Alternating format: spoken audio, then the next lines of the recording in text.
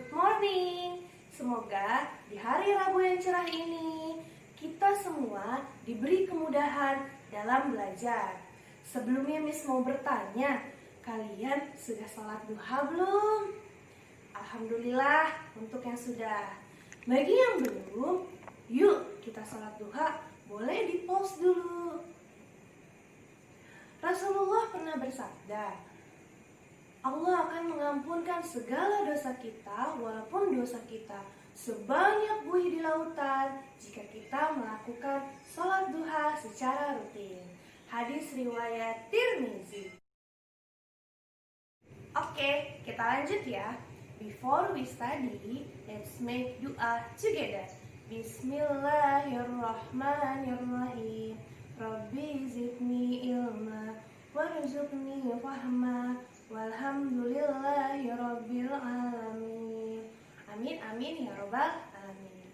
Anak-anak kelas 5 yang hebat, hari ini kita akan mempelajari tentang sistem gerak manusia, yaitu otot. Yuk kita review. Kemarin sudah belajar dengan Miss Widya. Sistem gerak ada 3. Pertama, tulang-tulang yang membentuk rangka. Yang kedua, otot. Yang ketiga, sendi. Nah, sekarang Miss mau membahas tentang otot. Selain nanti kita akan membahas tentang otot, Miss akan mengajak kalian semua untuk membaca teks.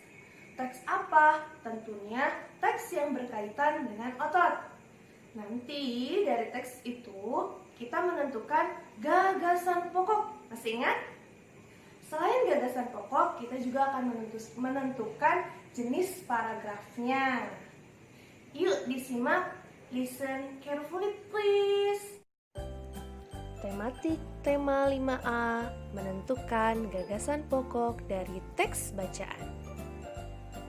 Organ gerak otot. Otot adalah jaringan yang terdapat dalam tubuh dan merupakan organ gerak aktif. Otot berfungsi untuk menggerakkan tulang sehingga dapat bergerak. Fungsi lainnya adalah untuk membentuk postur tubuh. Sifat otot yaitu memiliki kemampuan untuk melakukan kontraksi dan relaksasi. Pada saat otot berkontraksi, otot akan memendek atau mengerut. Dan saat otot berelaksasi, maka otot akan memanjang atau meregang. Otot dapat bekerja secara antagonis. Maksudnya adalah bekerja bergantian secara berlawanan. Contoh otot antagonis adalah bisep dan trisep yang melekat pada lengan atas. Perhatikan gambar berikut. Ketika menekuk tangan, otot bisep berkontraksi, ototnya memendek. Sedangkan otot trisep berelaksasi, ototnya memanjang. Gerakan menekuk ini dinamakan gerak fleksi. Nah, sekarang gerakan meluruskan tangan. Gerakan meluruskan tangan ini namanya gerak ekstensi. Ketika kita meluruskan tangan, yang terjadi pada otot bisep adalah berelaksasi. Ototnya memanjang, sedangkan trisep berkontraksi, ototnya memendek. Itulah sebabnya otot bekerja secara antagonis atau berlawanan. Berdasarkan fungsinya, otot terbagi menjadi 3. Yang pertama, otot lurik atau otot rangka, yaitu bisep dan trisep yang melekat pada rangka. Yang kedua adalah otot polos, letaknya pada dinding organ bagian dalam, contohnya usus, rahim, dan pembuluh darah. Yang ketiga, otot jantung, letaknya pada organ jantung. Perbedaan ketiga otot tersebut penjelasannya ada di buku tematik halaman 90. Pelajari ya. Nah, sekarang kita masuk ke gagasan pokok.